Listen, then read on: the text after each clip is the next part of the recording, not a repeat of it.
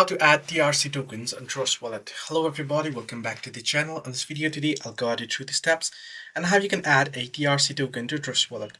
Well, to add a TRC token to Trust Wallet, you want to first open up Trust Wallet application. Then tap the token icon or manage crypto icon. Now, unfortunately, I don't have any crypto, so I don't have anything here, but you should be able to get it.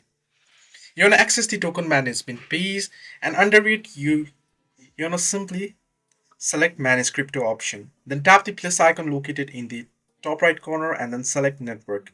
Choose the Tron from the drop-down menu.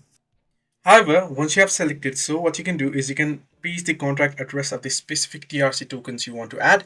It's best practice to paste the address or use the camera scan feature to ensure accuracy. The token's name, symbol, and decimal should auto-populate based on the contact address. If the details don't auto-populate, manually input the information as needed. Once everything is correct, tap Import to complete the addition.